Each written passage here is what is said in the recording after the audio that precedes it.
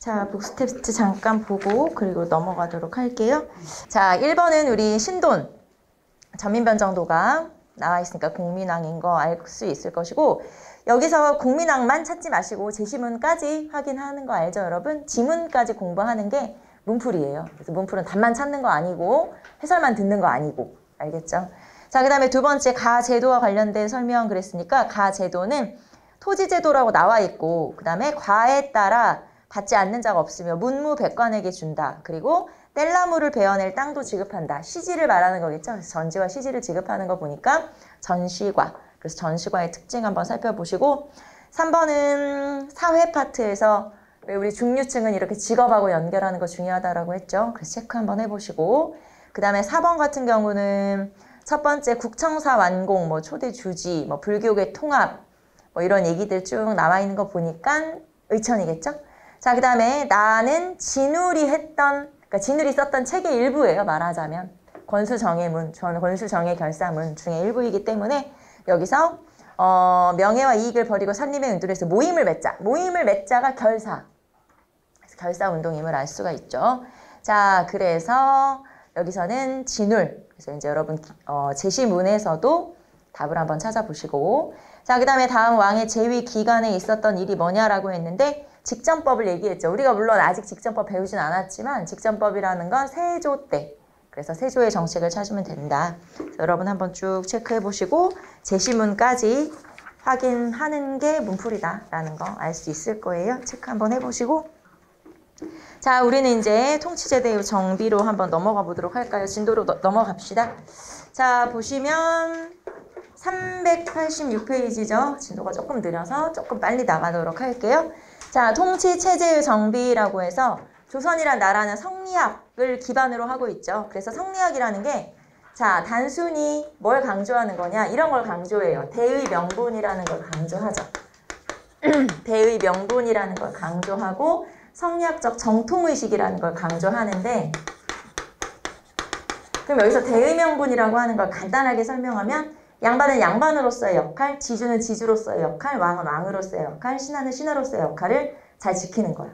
잘 지킨다는 건 다른 말로 하면 뛰어넘으려고 하면 안 되는 거죠. 내가 평민인데 난 양반이 돼야지 이렇게 생각하면 안 된다는 거예요, 말하자면. 물론 가능은 한 사회지만 이렇게 나의 어떤 위치를 더 뛰어넘으려고, 함부로 뛰어넘으려고 하면 안 된다. 그걸 이제 간단하게 말하면 대의 명분이라고 말할 수 있고, 이게 단순히 그냥 정치, 경제, 사회, 문화의 그냥 뭐 이렇게 건국 이념이구나, 이게 아니라 여기 나오는 것처럼 386페이지에 여러 가지 영향을 끼치게 되죠. 그래서 명나라를 섬기는 것도 성리학의 영향을 받은 거고, 지주 전호제, 그러니까 지주 중심의 어떤 그런 경제 체제를 유지하는 것도 다 성리학의 영향이고, 신분제도를 잘 지키는 것도 성리학적 영향인 거예요. 그래서 조선이란 나라는 이런 성리학의 영향을 많이 받은 나라구나 라는 걸 알 수 있고, 나머지 언론과 학술이 중시, 이거는 외울 건 아니고 그냥 이런 여러 가지 언론을 중시하는 제도들이 있구나, 네, 정도만 한번 살펴보시면 되겠죠.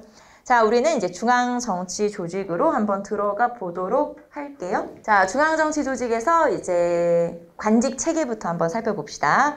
자, 첫 번째, 동반과 서반 또는 문반과 무반으로 나눠 있죠. 근정전, 경복궁 근정전 가면 품계석이라고 해서 비석이 그 앞에, 그 근정전은 주로 국가의 주요 행사 같은 걸 하는 그런 이제 장소인데, 거기에 품계석이라고 하는 비석이 쫙 세워져 있고, 자신의 품계에 맞춰서 이제 그 돌 옆에 쓰는 거예요, 말하자면 어떤 행사 있을 때. 그런데 동쪽에는 주로 문관이, 서쪽에는 무관이 쓰기 때문에 문무반, 동반, 서반이라고 하기도 하죠. 자, 그 다음에 경관, 외관은 뭐 서울, 지방 이렇게 나눌 수가 있겠고, 자, 그 다음에 총 그러면은 품계는 몇 개냐? 주로 18품계, 정일품부터 종일품까지. 자, 정일품하고 종일품하고 이렇게 나눠지죠. 그래서 숫자 하나에 정종 이렇게 두 개씩 있고, 자, 1부터 6까지는 정종에다가 상하. 그러니까 하나의 숫자의 등급이 4개인 거예요. 그래서 상하 등급까지. 그러니까 정일품상, 정일품하, 종일품상, 종일품하 이렇게 나눠지죠. 그러면 1부터 6까지는 24개의 등급이 있는 거고, 7, 8, 9는 정종만 있어요. 그러니까 2개, 2개, 2개 합치면 6개. 총 몇 등급? 30개. 그래서 30등급인 거죠. 자, 품계는 18품계, 실제 등급은 몇 개? 30개. 그런 뜻이에요. 그래서 30등급 해도 되고 30개서라고 표현해도 되고 똑같은 거예요. 자, 그래서 이렇게 구별할 수가 있는데, 자, 그러면 우리는 나눠봅시다. 어떻게 나누냐? 당상관과 그리고 당하관으로 나누는데, 당상관은 정산품 상까지를 말해요. 이렇게 보면 여러분이 잘 헷갈리니까 한 장 넘기면 표가 쫙 나와요. 네, 그거 보고 여러분 구분하시면 훨씬 쉽겠죠. 자, 거기 보시면 당상관. 자, 아까 정종, 상하 이렇게 있다고 했는데 1품 볼게요. 정일품에 대광보국 승록대부랑 부국 승록대부가 있죠. 위에 있는 게 상이고 아래에 있는 게 하예요. 그냥 간단하게. 그래서 정일품, 상하, 종일품, 상하 이런 식으로 나눠지고, 자, 그러면 당상관은 어디까지냐? 이제 여러분은 이 기준을 알아주시면 되겠죠? 어디까지냐면 정산품 상까지. 자, 그러면 정산품 상의 문관은 통정대부, 무관은 절충장군이란 얘기죠. 그래서 정산품 상하로 나눠진다. 자, 그러면 당상관은 뭐 하는 거냐? 말 그대로 당 위에서 왕과 같이 뭔가 논의할 수 있다라는 이런 의미라고 생각하시면 돼요. 그래서 정책 결정에 참여하고 어떤 관청의 우두머리도 할 수 있다는 거죠. 이제 예를 들면 장관이죠. 지금으로 하면. 자, 그러면 당하관은 그보다 낮은 사람이겠죠. 정산품 하부터 그 아래 끝까지. 그리고 이거를 다시 두 개로 나눠요. 참상, 참하로 나누는데, 참상은 정산품 상하에서부터 종육품까지를 말하죠. 그러니까 종육품 상하 다 들어가는 거예요. 종육품까지를 말하는 거고, 자, 그러면 참상관에서 참은 뭐냐? 한 달에 4번 열리는 아침 조회를 말해요. 그래서 아침 조회에 참석할 수 있을 정도의 레벨, 그 다음에 그 아래 이렇게 나눠지는 거고, 자, 정육품까지는 그럼 뭘 할 수 있냐? 지방 수령을 할 수 있어요.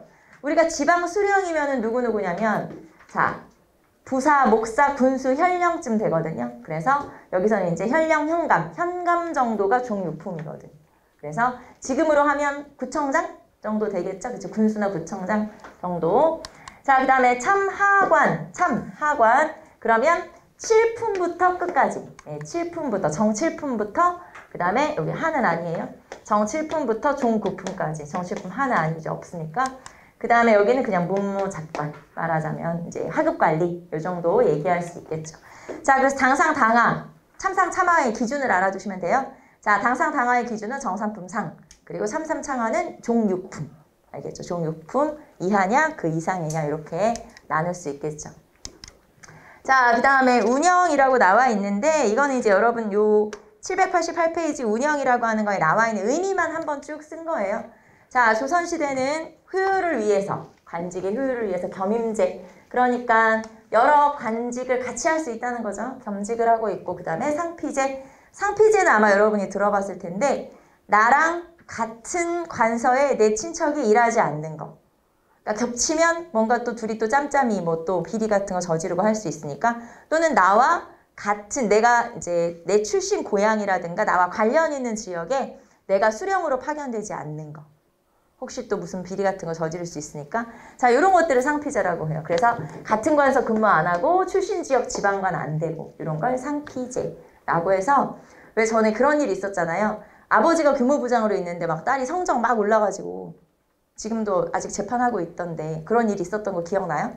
그래서 뭐라고 얘기가 나왔냐면, 아버지나 어머니랑 같은 학교에 다니지 못하게 하는 상피제를 적용하자라는 표현이 신문에 나왔었거든요. 상피제라는 건 이제 그런 의미예요. 같은 데서 근무하거나 뭐 하지 못하게 하자.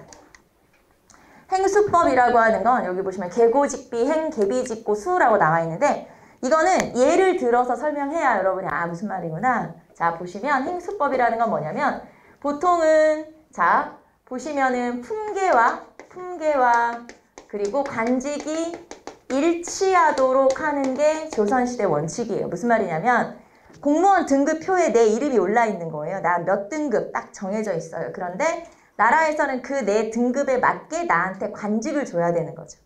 근데 이제 운영을 하다 보면 꼭 그렇게 되지 않을 수도 있잖아요. 그래서 예를 들면 품계는 높은데 내 직책은 낮을 수가 있고, 그 다음에 품계는 낮은데 나한테 벼슬을 준 거는 높은 벼슬일 수가 있어요. 그럴 경우에는 이 사람의 관직 앞에다가 표시를 해주는 거야. 그래서 행이라는 글자가 붙으면 아, 이 사람은 품계는 높은데 지금 낮은 걸 받았다는 뜻이구나. 그래서 행 이조판서. 그럼 아, 이 사람은 그런 의미구나. 그 다음에 수 이조판서. 그럼 아, 이 사람은 자기보다 높은 벼슬을 받았구나. 그래서 행과 수라는 단어를 붙여줌으로써 이 사람의 어떤 관직과 품계를 일치하도록 하는 거고 표시를 해주는 거예요. 그래서 예를 들면 자, 종일품 숭정대부라고 하는 이건 이제 내 공무원 등급이에요. 쉽게 말하면 내 등급에다가 근데 나는 정이품 벼슬을 받은 거예요. 그럼 내가 가지고 있는 품계 등급보다 낮은 걸 받은 거죠. 그러면 자, 품계는 높은데 직은 낮다는 거예요. 그러면 행 붙여주는 거죠. 그래서 행 이조판서라고 표현을 붙여주는 거예요. 이해돼요? 그래서 이거는 여러분이 그냥 이 정도 뭐 이런 게 있구나 정도만 알아두시면 돼요. 그래서 여기서는 계고직 비행 그리고 계비직고 수, 행과 수라는 표현을 붙여준다라고 하는 거죠. 그래서 시험에 아주 잘 나오는 건 아니지만 그냥 의미 정도만 저런 뜻이구나 뭐 하고 넘어가시면 되고. 자, 그래서 여기는 숭정대부 행이조판서라고 명칭을 붙여주는 거다. 자, 그 다음에 고과와 포편. 자, 지금도 왜 내 상사가 나의 고과 성적을 매기는 거 알죠? 성적, 그쵸? 똑같아요. 그래서 조선시대도 이렇게 당상관이 당하관의 성적을 매기고 이 성적을 가지고 이 사람을 승진을 시킬까 말 것인가 결정하죠. 자, 고과 점수를 매기는 거 고과. 그리고 이 사람의 승진이나 또는 뭐 이제 직을 낮추는 거를 결정하는 거 그런 거를 포편이라고 그래요. 그래서 고과와 포편이 지금처럼 조선에도 있었다. 자, 그 다음에 한품서용이라고 하는 건 내 어떤 신분에 따라서 내가 등용될 수 있는 관직이 정해져 있어요. 예를 들면 서울은 3품까지만. 그 이상은 안 되는 거죠. 등용이 안 되는 거죠. 그런 식으로 자, 서울과 기승과는 3품. 이것도 외울 필요는 없어요. 그냥 이런 걸 한계를 두는 걸 한품서용이라는 건 품계에 한계를 둬서 등용을 한다. 이런 뜻이잖아요. 한자를 풀어보면. 그래서 이런 게 있구나 정도만 알아두시면 되지 이것까지 막 서울 기수관 3품 이렇게 안 해도 된다. 그냥 그렇구나 하고 넘어가면 되고요. 자, 그 다음에 대가제라고 하는 거 뭐였어? 대가제라고 하는 건 뭐냐면 자, 우리 조상, 할아버지나 아버지가 보너스로 받은 품계가 있어요. 그런 품계에 대해서는 자식들한테 그 품계를 나눠줄 수가 있어요. 쉽게 말하면 우리 할아버지가 충무공 이순신이면 우리 할아버지는 뭐 공신으로 책봉도 되고 품계도 막 되게 높을 거 아니에요. 그런 경우에 그런 품계의 일부를 자식들한테 나눠줄 수가 있어요. 그러니까 나는 품계를 받았는데 예를 들면 그런 거죠. 나는 품계를 받았어. 그래서 내가 정구품이야. 근데 나는 아직 공무원은 아니야. 그럼 그건 뭐냐 명예직을 받은 거나 마찬가지다라고 생각하시면 돼요. 그래서 그런 사람한테도 나라에서 가끔 토지를 나눠주는 경우가 있거든요.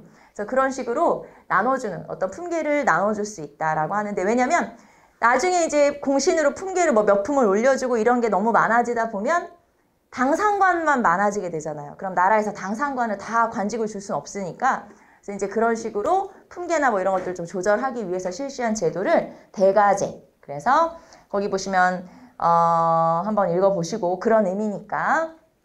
자, 그래서 이런 제도들. 이 중에서 시험에 좀 많이 나오는 건 상피제. 네, 아무래도 상피제가 좀 시험에는 나오는 편이고 나머지는 의미 정도. 그런 게 있구나 정도만 알아두시면 되고요. 자, 그 다음에 중앙정치조직으로 넘어갑시다. 중앙정치조직은 지금 이렇게 각 관청의 역할들이 나와 있죠? 시험에는 뭐가 나오냐? 역할 물어보겠지 당연히. 그쵸?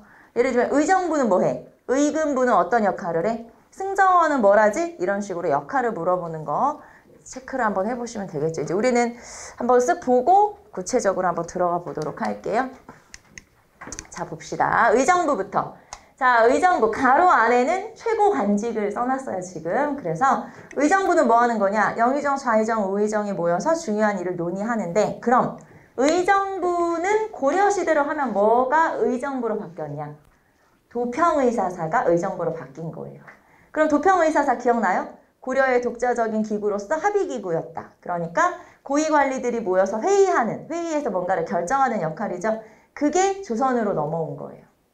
자, 그러면 이렇게 물어볼까요? 의정부는 조선 독자적인 기구일까요? 일단 국정총괄 삼정승 합의 뭐 다 아는 거니까. 자, 그러면 의정부는 독자적인 기구야? 자, 그럼 다시 거꾸로 도병마사는 독자적이야? 고려 독자적? 이보게들. 이보게들. 도병마사는 고려 독자적이었어? 독자적이었지. 그러면 그거를 계승한 게 의정부예요. 그럼 의정부는 조선 독자적이야? 독자적이에요. 중국에는 없는.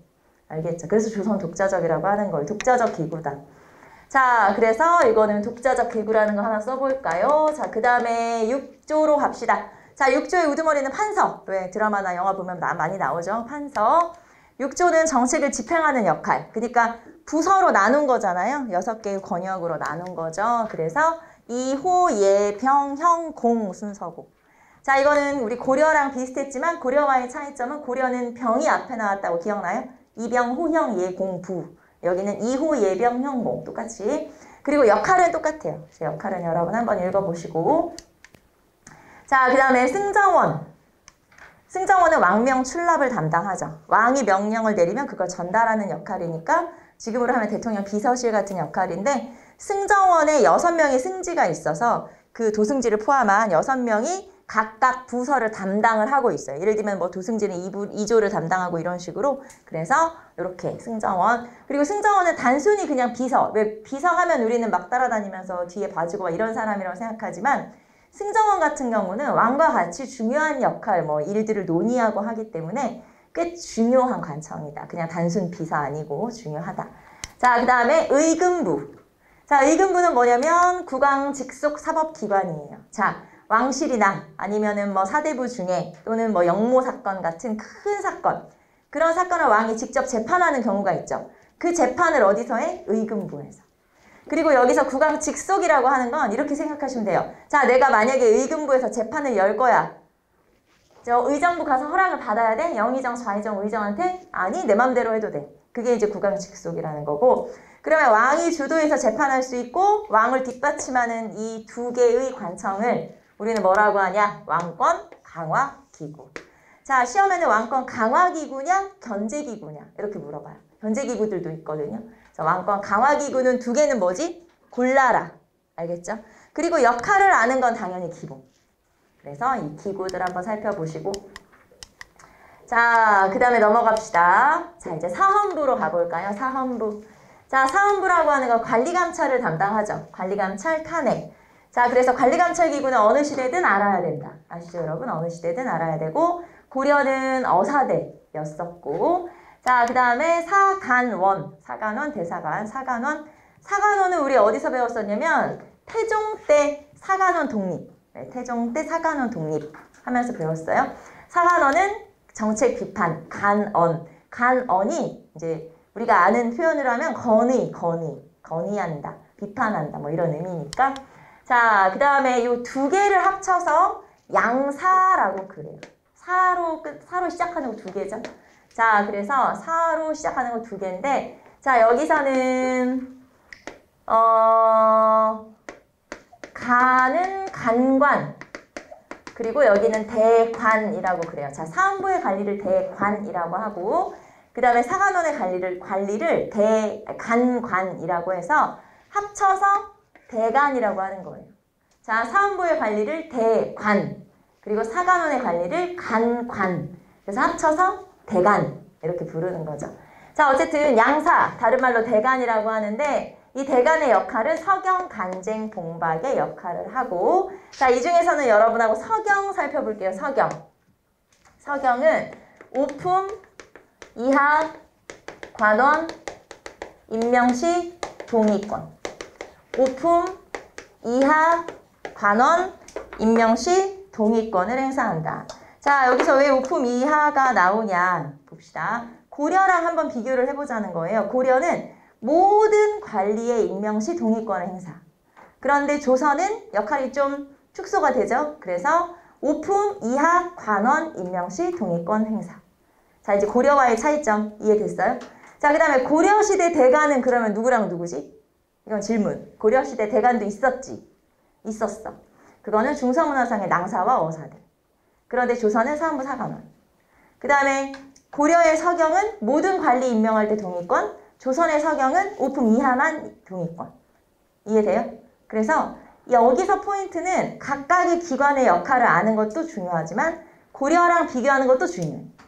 알겠죠? 그런 식으로 고려의 기능과 조선의 기능이 비슷한 것들이 많기 때문에 비교를 좀 하시면 되겠고. 자, 그 다음에 하나 남았어요. 홍문관. 홍문관은 집현전의 후신이죠? 어느 왕 때 만들어졌어? 성종 때. 그러면 이렇게 물어볼까요? 3, 4, 이 이제 세 개를 합쳐서 3, 4라고 하는데 일단 이거부터 볼까요? 국왕은 자문을 담당하거나 경연을 담당하는 역할을 하는데 얘네들을 3, 4라고 그래요. 그러면서 왕권을 견제하는 기구. 자, 앞에서는 왕권을 강화하는 기구, 승정원 의금부. 요 세 개는 왕권을 견제하는 기구. 알겠죠? 견제하는 기구. 자, 그러면 사헌부사관원 홍문관 3, 4는 건국 초에 확립되었다. 맞아요. 태조 때 이미 만들어졌다. 아니고, 자, 사헌부는 태조, 사관원은 아까 어느 왕 때였죠? 사관원 독립, 태종, 그쵸? 태종.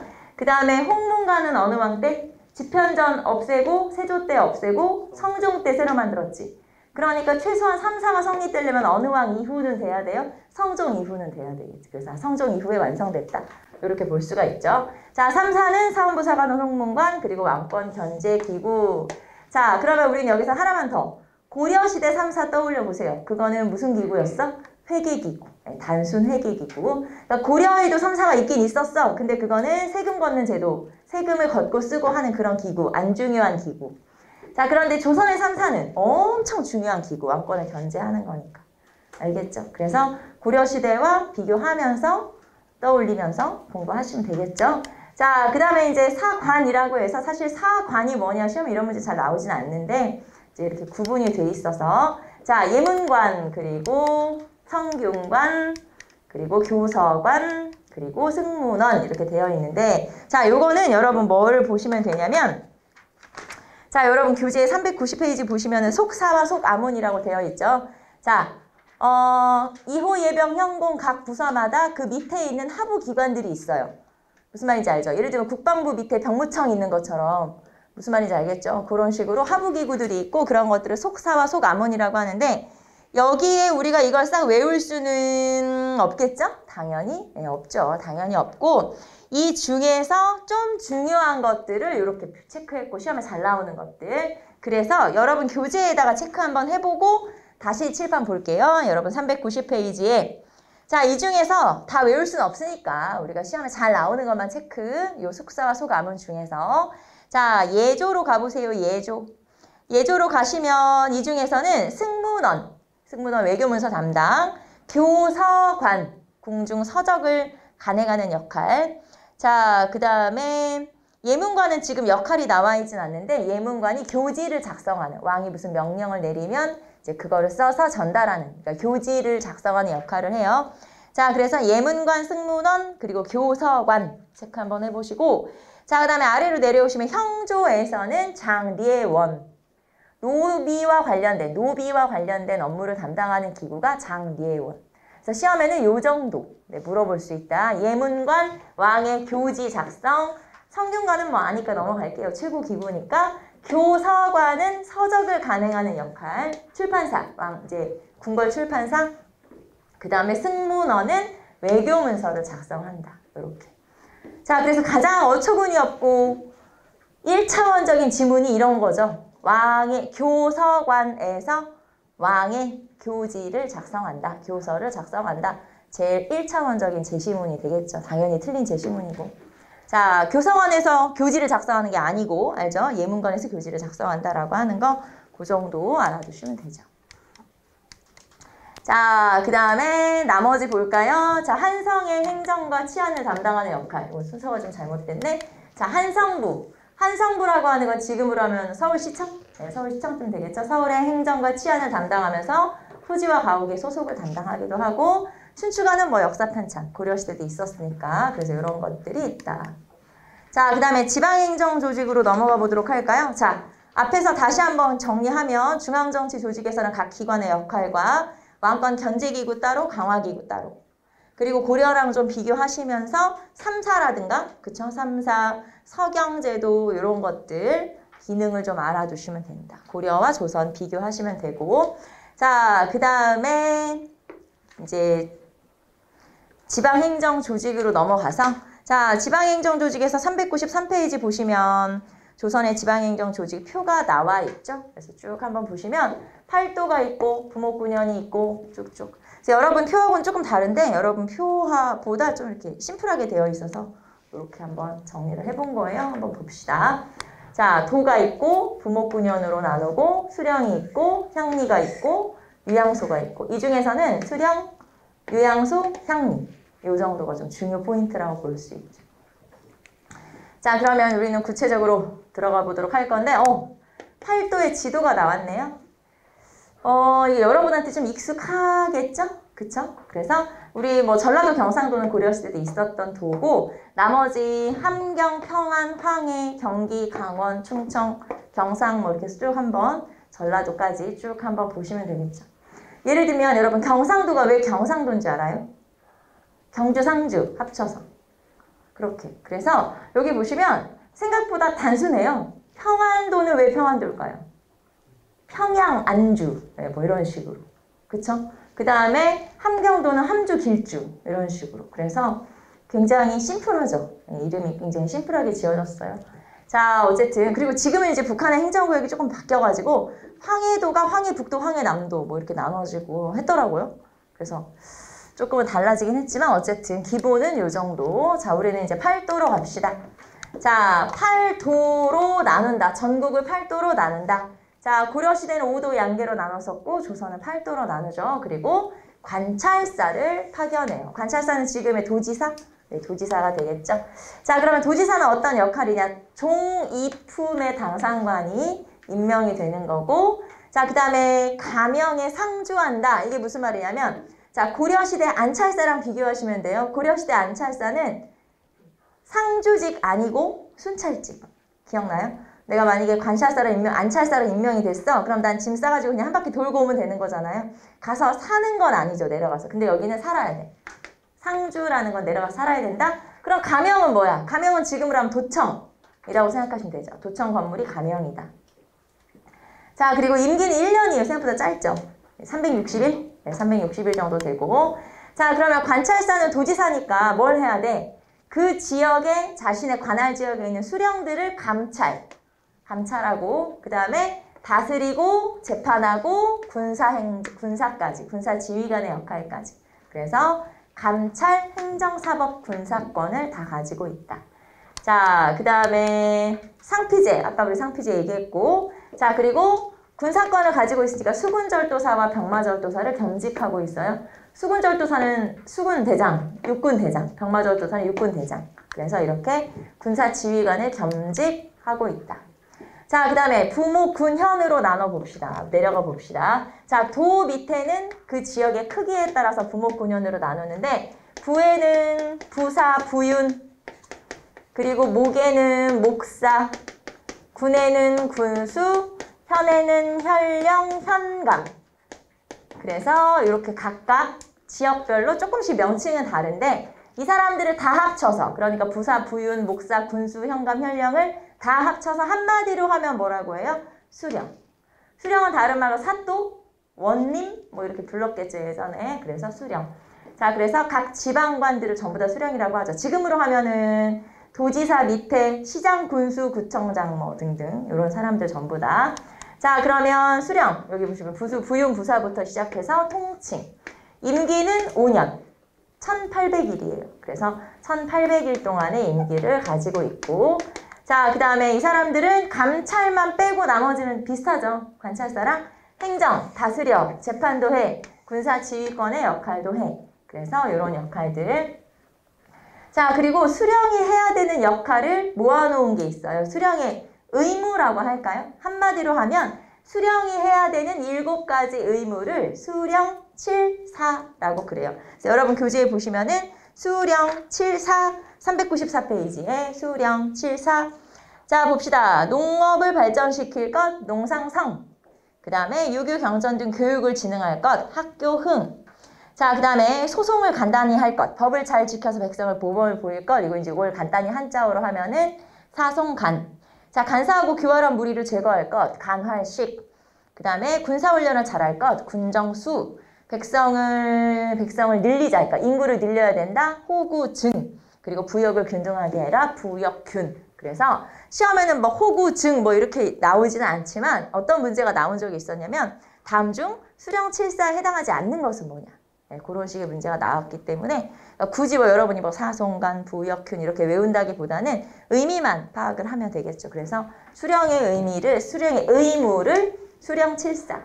자, 요 수령 7사를 제시하고 다음과 같은 의무를 가진 직책에 대해서 옳은 것을 골라라. 뭐 이런 식의 문제도 나올 수 있겠죠.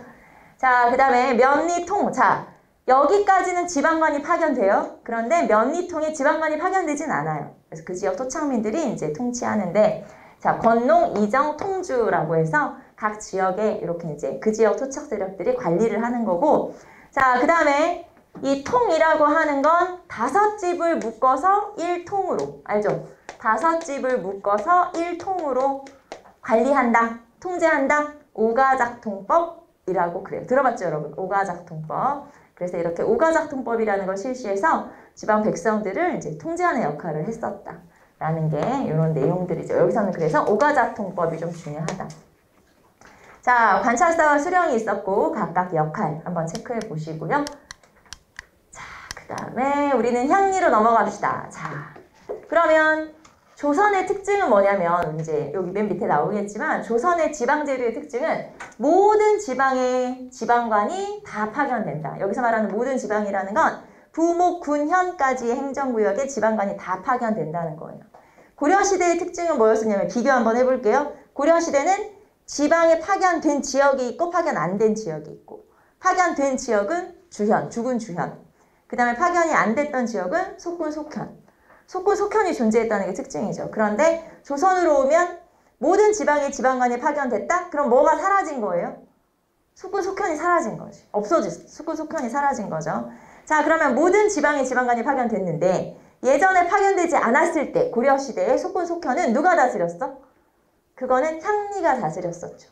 그럼 향리가 이 지역의 지방관의 역할을 했었다가 이제는 나라에서 왕을 대신하는 수령이 파견된 거예요.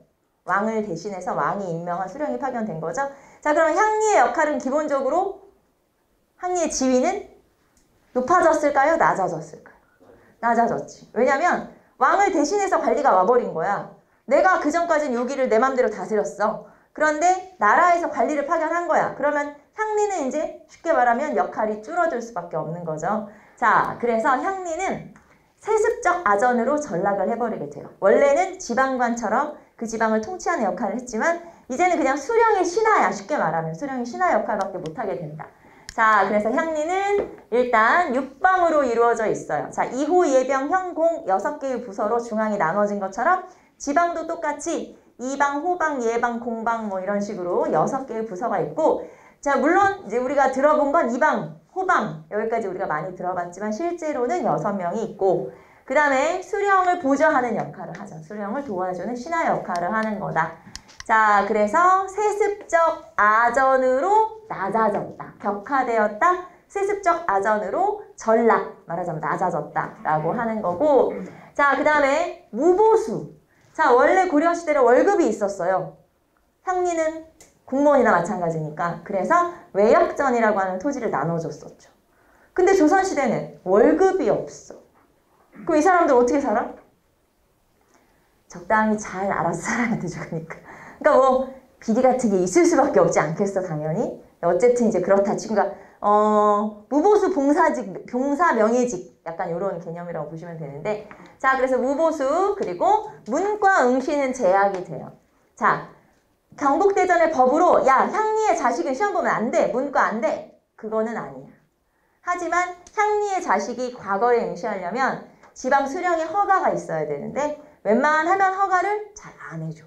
그러니까 향리의 자식은 법으로 금지된 건 아니지만 과거 응시하기가 어려우니까, 과거 응시하기가 어렵다는 건 다른 말로 하면 뭐가 어렵다? 신분 상승이 어렵다는 얘기죠. 그래서 거의 그냥 세습적 아전이다. 이렇게 보시면 돼요.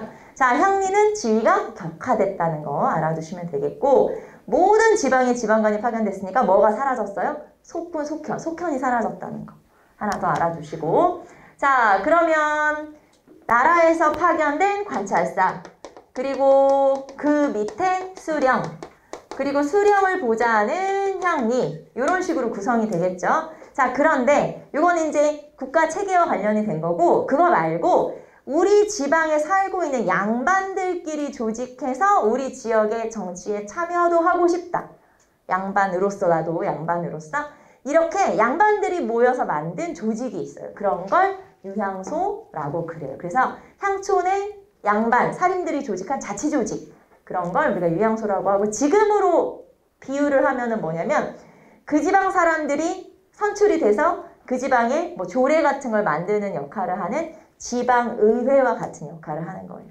그래서 지방의회와 같은 역할을 하는 게 바로 유향소. 지금으로 하면 지방의회 같은 역할을 하는 거죠. 자, 그럼 봅시다. 역할. 수령을 보좌하고 향리를 규찰하고 향촌 자치의 역할을 하는. 그러니까 수령도 도와주고 왜냐면 수령이 만약에 우리 지역에 파견됐다고 생각해 보세요. 수령은 상피제가 적용되기 때문에 우리 지역에 대해서 몰라. 그냥 뽑혀서 온 거야. 우리 집안에서 아무것도 몰라. 그러면은 이 사람이 아무리 자기 밑에 향리가 있다 하더라도 같은 레벨인 양반인 나한테 뭔가 물어보고 싶은 게 있을 수도 있고 상의하고 싶은 게 있을 수도 있지 않겠어? 그러니까 양반들이 수령을 도와주는 역할을 하는 거예요. 그게 수령 보좌라고 보시면 되고 그 다음에 향리는 아까 기본적으로 비리 있을 수밖에 없다고 했죠? 감시해야지. 그게 향리 감찰이에요. 쉽게 말하면 그 다음에 향촌 자치의 역할을 하죠. 그래서 우리도 나는 공무원은 아니지만 우리도 정치에 좀 참여하자. 이게 이제 유향소고 그 다음에 풍속교정. 자, 이 지역은 내가 살아갈 터전이기 때문에 이 지역을 좀 좋게 만드는 일을 하자. 그게 풍속교정이라고 생각하시면 돼요. 자, 그래서 이런 역할 그리고 구성은 좀 알아둬야 되겠죠. 좌수와 별감. 그러니까 말하자면 유향소에 직책이 있는데 그 벼슬이 좌수와 별감이다. 이렇게 보시면 되겠고 자, 그 다음에 유향소를 통제하면서 연락 기능을 하면서 이런 역할을 하는 게 경제소. 무슨 말이냐면 자, 나는 지금 서울에서 근무하고 있는 고위직인데 내 고향이 예를 들면 뭐 인천이라고 칩시다.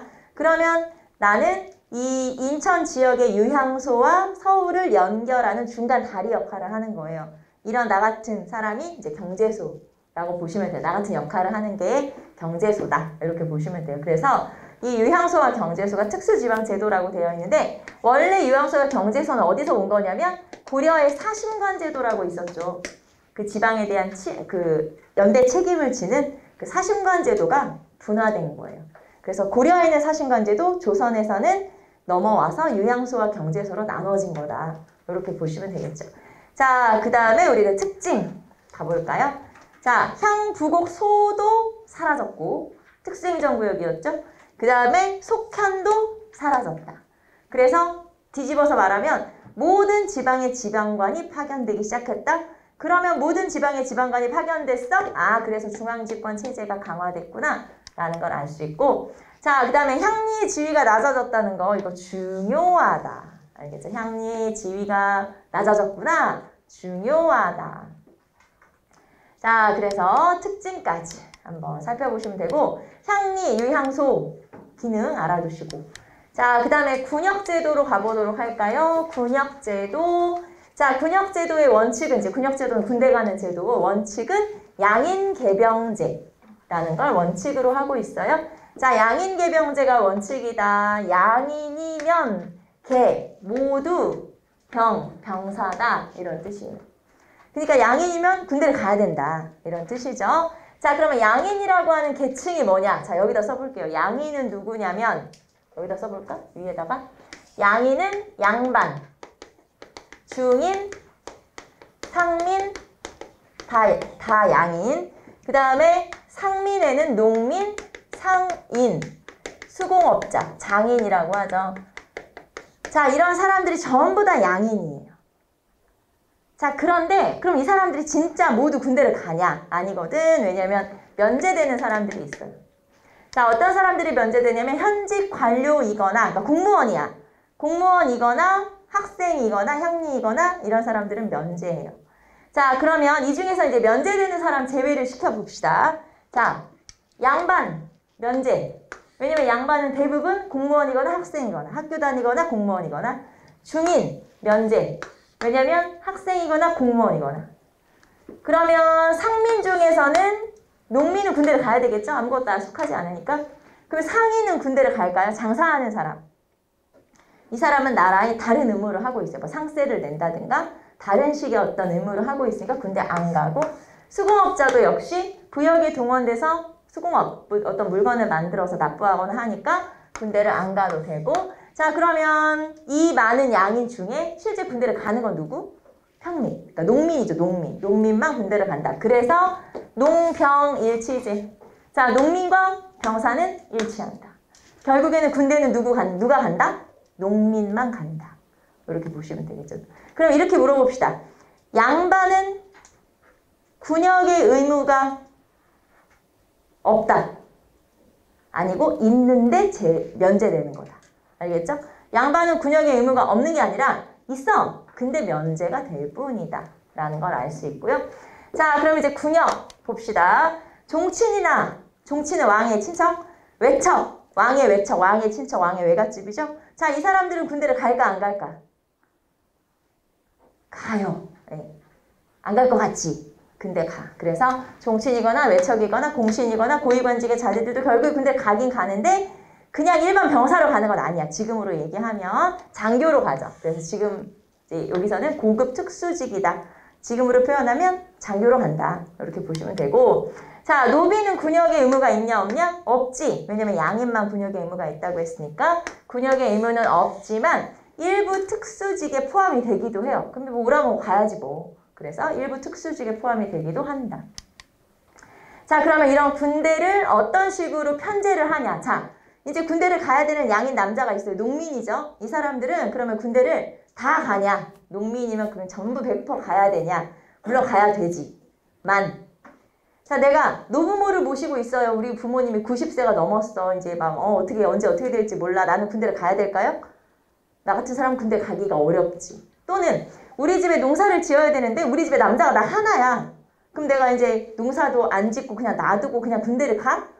그러면 안 되지. 그래서 군대를 갈 수 있는 이제 형편이 되는 사람이 있고 갈 수 없는 형편이 되는 사람들이 있잖아요. 이것에 따라서 정군과 보인으로 나누는 거예요. 정군은 말 그대로 현역 가야 되는 사람이고 보인은 내가 현역으로 갈 수 있는 그게 안 돼. 형편이 안 돼. 그래서 이 정군에게 경제적인 지원을 해주는, 쉽게 말하면 이제 뭐 돈을 내거나 이렇게 해서 군대를 갈 수는 없고 그 대신에 나는 이제 다른 일을 하는 거죠. 이런 식으로 정군과 보인으로 편제를 하는데 이런 걸 보법이라고 하고, 이거 우리 이미 배웠어. 세조 때. 군사 문제에 여러 가지 관심이 되게 많았던 왕이 세조인 거잖아요. 그래서 세조 때 보법이라고 하는 걸 실시를 해서 이런 식으로 구분을 했던 거예요. 실제로 가는지 아니면은 경제적 지원을 하는지. 그래서 보법으로 이제 나눴었다. 자, 여러분, 보법은 정군과 보인으로 나누는 거고 어느 왕 때 실시됐어? 세조 때. 이게 중요하죠. 자, 그래서 군사조직 보시면은 요거 지금 좀 약간 흐린데 여러분 교재에 나와 있는 표랑 똑같은 거니까 우리는 바로 넘어가 봅시다. 자, 중앙군, 지방군. 여러분이 뭘 구별해야 되냐면 그냥 중앙군, 지방군만 잘 구별해도 돼요. 그래서 고려의 중앙군은 2군 6위였고 조선 전기의 중앙군은 5위. 세조 때 만들어진 5위. 자, 5위는 여기 쭉 보시면은 의흥이, 용양이, 호분이, 충무이, 충절이. 근데 시험에 예를 들면 5위 5개를 골라라. 이런 문제는 없어요. 그렇기 때문에 그냥 우리 뭐만 알면 돼? 5위. 자, 조선 전기 중앙군은 뭐야? 5위. 네, 그렇게만 알아도 충분하다. 자, 그래서 주로 수도와 궁궐 이제 수비를 담당하는 역할을 하겠죠. 자, 그러면 지방군은 영진군이라고 그래요. 영진군. 그래서 각 지역마다 병영, 수영이 조직이 돼 있다. 병영, 육군, 수영, 수군 이렇게. 그래서 지역의 특성에 따라서 예를 들면 여기 바닷가야. 그럼 육군이 중요해, 수군이 중요해? 수군이 중요하지. 수영이 2개 있을 수도 있고. 그 다음에 여기는 내륙이야. 또는 국경지방이야. 그럼 여기는 육군이 2개 있을 수 있죠. 이런 식으로 지역의 특징에 따라서 군대가 편성이 되는 거고요. 자, 지휘는 누가 하냐? 관찰사. 아까 관찰사가 병마절도사와 수군절도사를 겸직한다고 했으니까 총지휘관의 역할은 관찰사가 하는 거고 그 밑에 이제 수령이 하겠죠. 자, 그 다음에 방어체제. 여기서 시험은 이게 나와요. 방어체제. 자, 첫 번째 진관체제. 자, 진관체제라고 하는 게 뭐냐면 각 지역에 진을 설치해요. 그래서 진을 설치해서 어떻게 하냐? 그냥 자기 지역만 잘 다스리면 되는 거예요. 자, 각 지역에 진을 설치해요.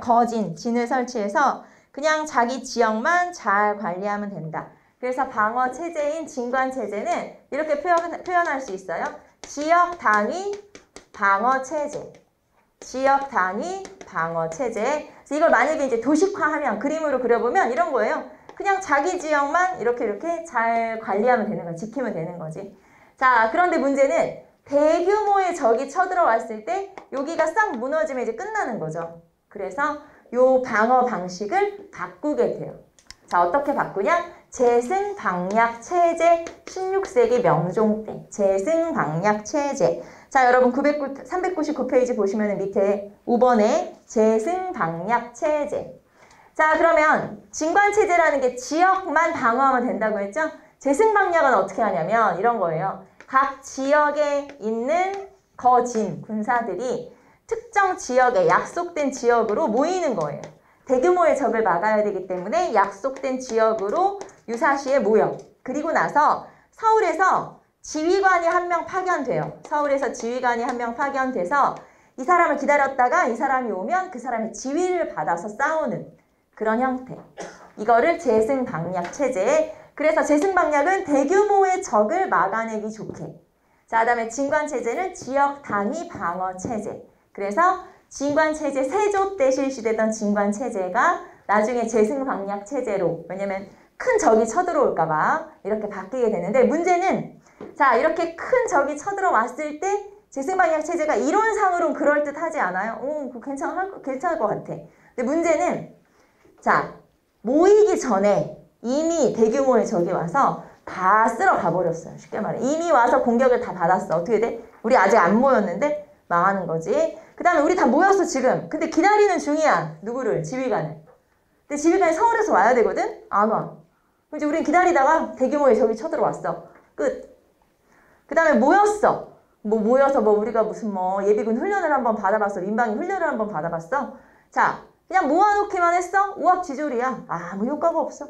그래서 실제로 그러면 재승방약 체제는 이론은 괜찮으니까 이게 막 임진왜란 같은 거 일어났을 때 엄청 성과가 있어야 되잖아요. 아무 효과가 없었어. 그냥 큰 적이 지나가면 끝나거든. 그래서 그러면 차라리 뭐가 나아? 그냥 예전처럼 자기 지역이라도 열심히 지키자. 그래서 나중에 임진왜란 이후가 되면 다시 뭘로 바뀌어? 진관으로 바뀌면 되는 거예요. 그래서 진관 복구. 진관 복구라고 그래요. 자, 임난 후에 진관으로 다시 복구돼요. 무슨 말인지 알겠죠? 임진왜란 이후에 차라리 그냥 자기 지역이나 잘 지키는 게 낫겠다. 이렇게 바뀌는 거지. 그래서 여러분은 이렇게 흐름을 좀 체크하시면 되는 거예요. 이해되죠? 이렇게 했다가 대규모의 적으로 막아야 되는데 해보니까 아무 효과 없어가지고 다시 옛날로 이런 식으로. 그래서 이렇게 변화했구나 라는 거 알아두시고 시험에는 진관체제도 잘 나오고 재승방약 체제도 잘 나와요. 그래서 군사에서는 이 두 개가 잘 나오는 편이다 라는 거 알 수 있고, 잡세꾼은 예비군이에요. 예비군. 일종의 예비군. 그러니까 평상시에는 그냥 다 자기 일 하다가 만약에 전쟁이라든가 유사시에는 이렇게 쫙 모여서 예비군의 역할을 하는데, 자, 그러면 여기에는 누가 속하냐? 서리, 자파긴, 향리, 신량, 역선인, 노비까지 다 포함한다.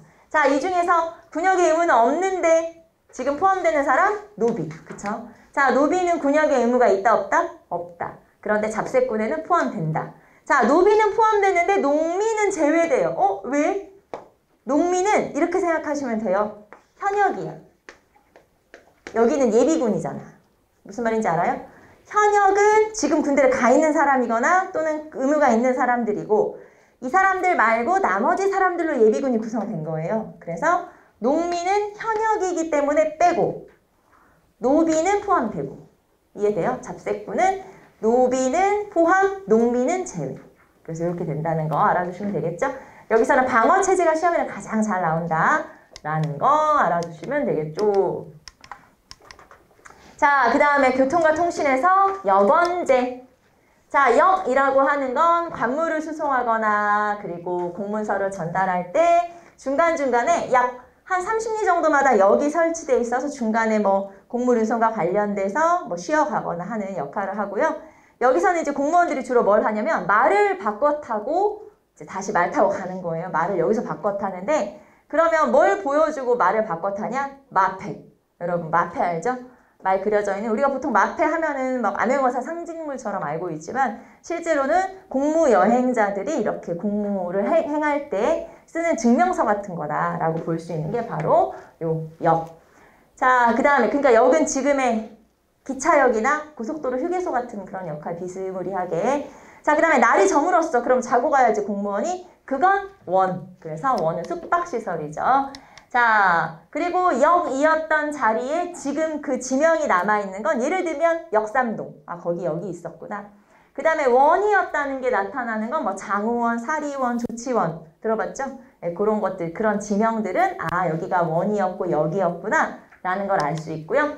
자, 그 다음에 조은제, 조세운송하는 거 우리 배웠죠? 서울에 그 지방에 모았다가 서울로 운반하는. 고려시대도 조은제 있었죠? 네, 조선시대도 조은제가 있는데 조선시대에 조금 더 뭐랄까요? 조금 더 조직화됐겠지. 그게 바로 조은제도. 자, 그래서 지역의 창고에 모았다가 서울에 있는 창고로 옮기는 거. 자, 그 다음에 봉수제는 전국의 산마다 산 위에 봉수대가 이렇게 마련이 돼 있어서 유사시에 무슨 사건이 일어나거나 할 때 이제 숫자에 따라서 불을 올리거나 낮에는 낮에는 연기, 밤에는 불을 올려서 소식을 전달하는 역할을 한다고 보시면 되는데 요게 다 숫자가 정해져 있어요. 그래서 여러분 교재에 아마 써 있을 거예요. 자, 어떻게 숫자가 정해져 있냐면 아무 일도 일어나지 않으면 하나, 그 다음에 멀리서 적이 보이면 둘, 가까이 오면 셋, 그 다음에 뭐 상륙을 하거나 하면 넷, 교전이 벌어지면 다섯. 그래서 다 정해져 있어요. 봉수 방법이라고 써 있죠. 이제 그게 그거예요. 물론 제가 얘기하는 거 다 외우실 필요는 없는 거 알죠? 그냥 아, 그렇구나. 자, 그래서 봉수제. 근데 문제는 임진왜란 같은 큰 전쟁이 났을 때 이 봉수대를 다 왜군이 차지를 하게 돼요. 그럼 어떻게 돼? 뭐 망한 거지 뭐. 그치? 소식을 전달할 수가 없잖아. 그래서 이런 방법 말고 이거는 너무 뭐랄까요? 너무 간단해가지고 말하자면. 그리고 왜 공무원이 잠깐 화장실 갔다 올 수도 있잖아. 잠깐. 그쵸? 졸 수도 있고. 그럼 소식 전달이 안 되는 거예요. 그래서 어떻게 하냐? 직접 가서 전하는 걸로 바꾸자. 싹 뜯어고쳐. 임진왜란 이후에. 그걸 파발제라고 그래요. 파발은 말 타고 가거나 기발, 걸어가거나 보발, 직접 가서 정하는 걸로 바꾸자. 자, 임난 이후에는 봉수제가 뭐로 바뀌었어요? 파발제로 바뀌었다. 자, 그게 바로 기발과 보발의 파발제라는 거 알 수가 있죠. 자, 그래서 여기서는 의미 정도 알아두시면 되고, 자, 이제 우리는 관리등용제도까지 빨리 정리해 봅시다. 자, 관리등용제도는 간단하게 과거제도가 가장 대표적이고, 조선의 과거는 문과, 합쳐서 문과, 그 다음에 무과, 잡과. 그래서 이렇게 이제 세 가지 종류로 되어 있고요. 그리고 문과 같은 경우는 이제 속과가 또 있어요. 예비시험 있고, 그 다음에 본시험 있고. 자, 그리고 이 중에서 가장 중요한 건 무과. 왜냐면 고려는 없는데 조선은 있으니까. 그래서 고려는 문잡승이었죠. 기억나요? 문잡승. 고려는 문무잡. 그래서 조선의 과거제도의 제일 큰 특징? 무과가 있잖아. 요게 특징이에요. 무과 실시되잖아. 요게 특징이죠.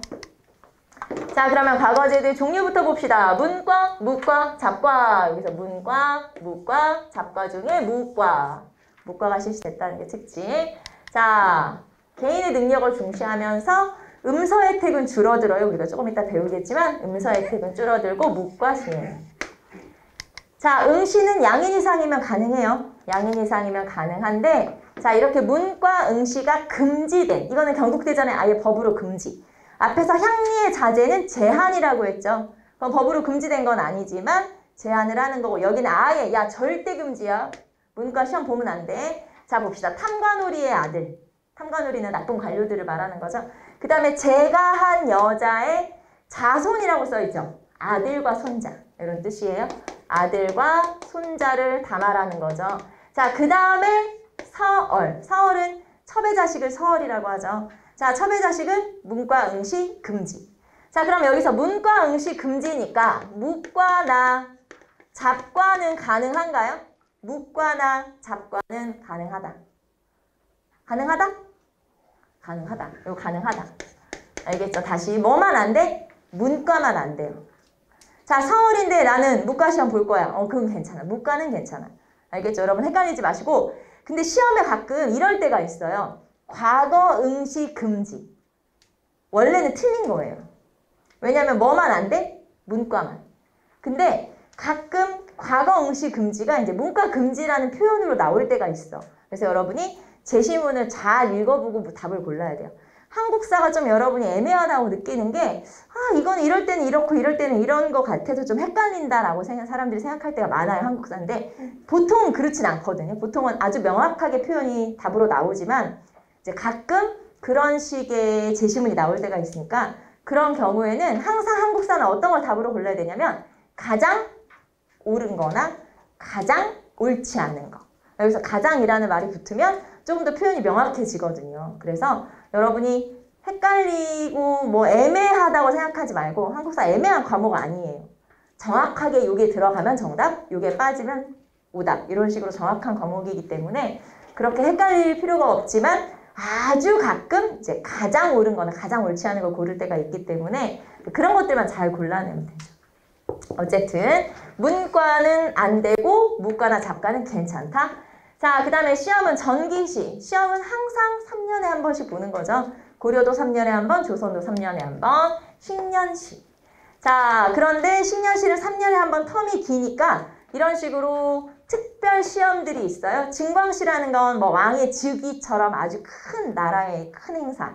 그 다음에 그거 말고 이제 소소한 행사 이런 거 있잖아요. 뭐 누구 뭐 왕의 생일이라거나 뭐 왕비의 환갑이라거나 뭐 이런 것들 별식. 자, 그 다음에 왕이 성균관의 공자맹자에게 제사를 지내러 갈 때가 있어요. 이런 걸 문묘제례라고 하는데 내가 성균관의 문묘에 가서 제사를 지내. 문묘에 이제 그 성균관에 온 거야. 행차를 한 거야. 야, 애들 공부 잘하고 있어? 그래서 성균관 유생만을 대상으로 시험을 봐서 뽑아갈 때가 있어요. 그게 알성시. 그래서 여기서는 성균관 유생을 대상으로 하는 시험이다. 그러면 원래 과거 시험은 한 몇만 명이 응시하는 거예요. 한꺼번에.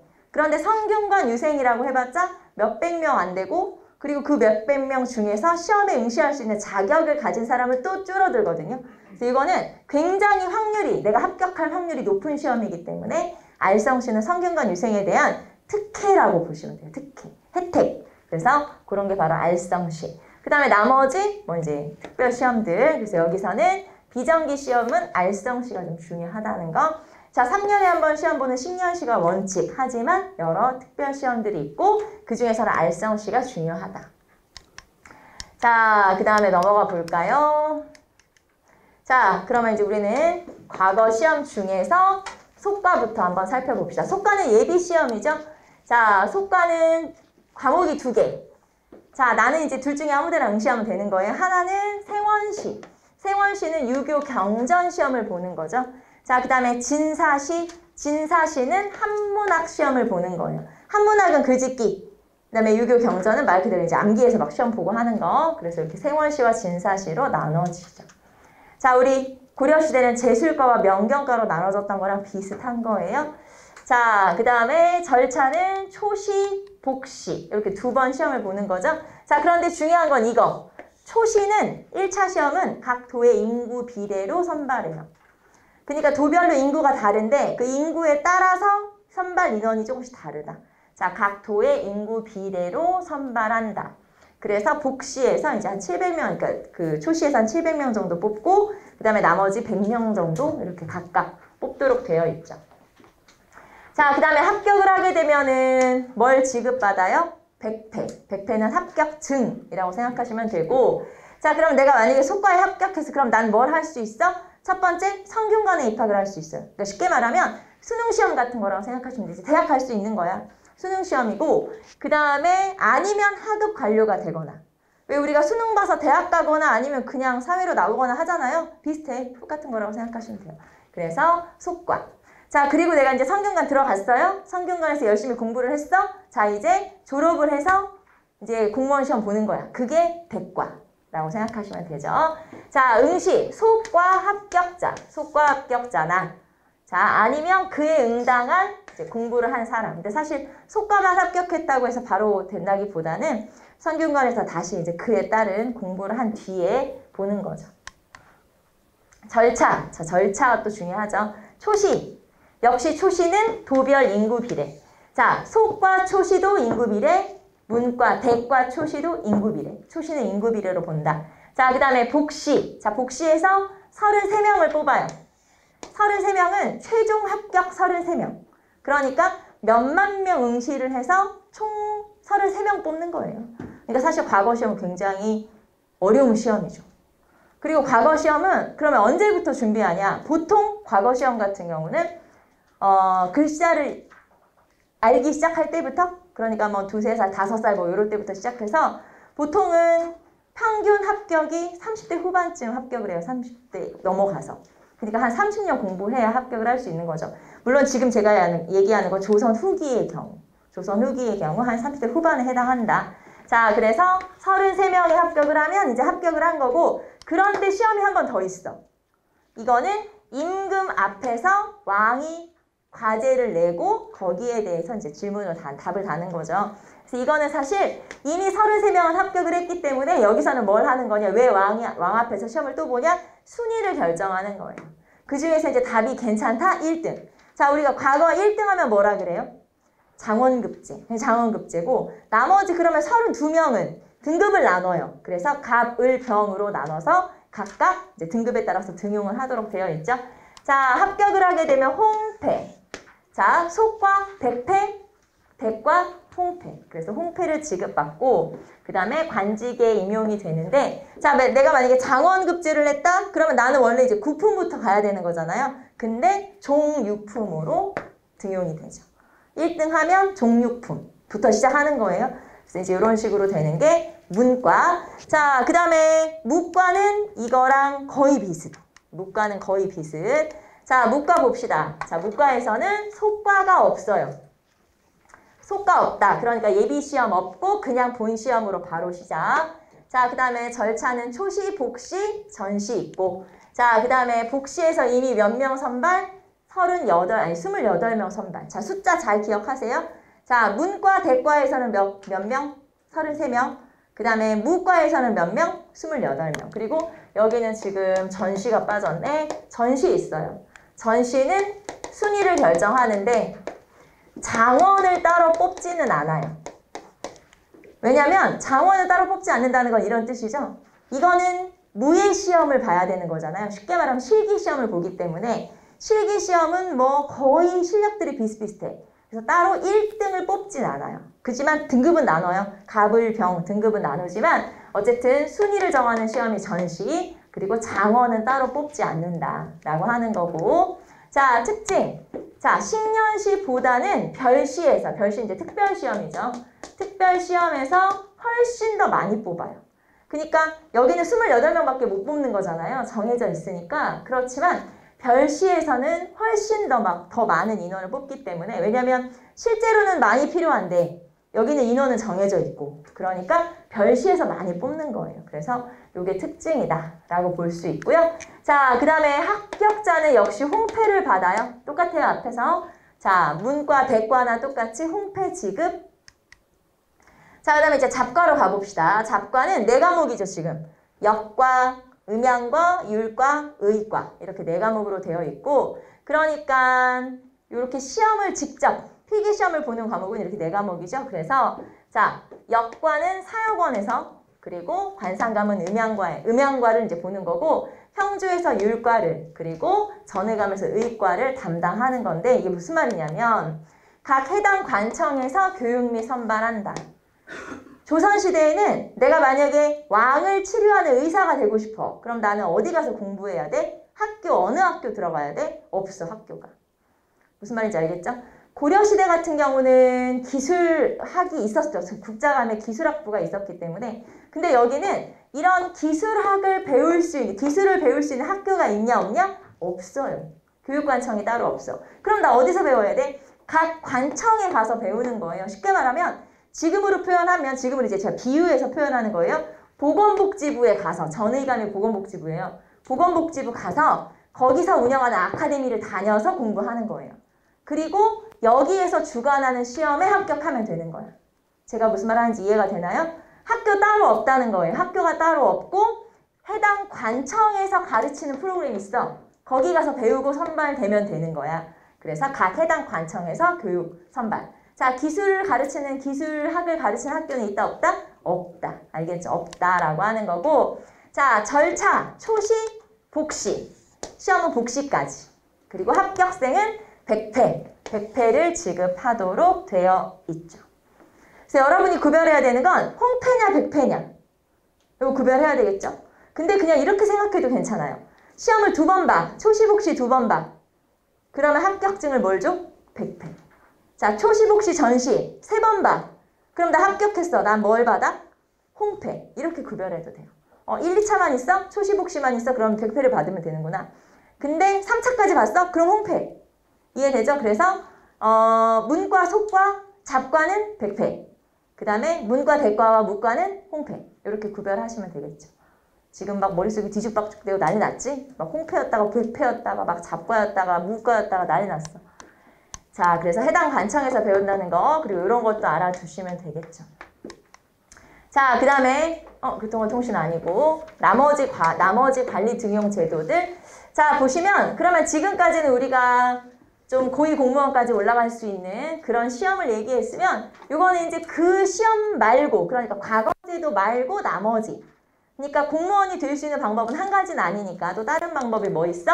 취재라고 해서 특별 채용 시험을 보는데 이 취재를 뭐라고 설명하냐면 이렇게 설명해요. 재주가 부족하거나 나이가 많은 사람들이 응시하는 거다. 그게 바로 취재. 그래서 하급 관료가 되는 방법이고요. 자, 그 다음에 설이나 향리처럼 이제 실무를 담당하는 공무원 선발하는 시험이에요. 그런 걸 리과라고 그러고, 이 리과에는 훈민정음 시험 과목이 있기도 해요. 그러니까 국어 시험 있는 거랑 비슷한 거죠.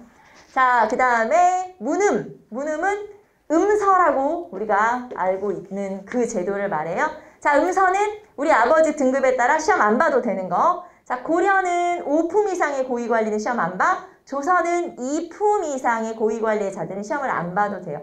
자, 그러면 고려는 5품 이상이고 조선은 2품 이상이니까 음서의 범위가 확대, 축소, 줄어든 거죠. 그리고 자, 조선시대에는 음서로 내가 관직에 올랐어. 하지만 나는 고위직 승진 안 돼요. 그러니까 고위직으로 올라가려면 어차피 과거 시험을 다시 봐야 되는 거야. 자, 그런데 고려는 아니었죠. 고려는 상관없어. 고위직까지 승진이 가능해. 그래서 조선시대의 가장 큰 차이점은 범위, 축소, 고위직 승진 불가.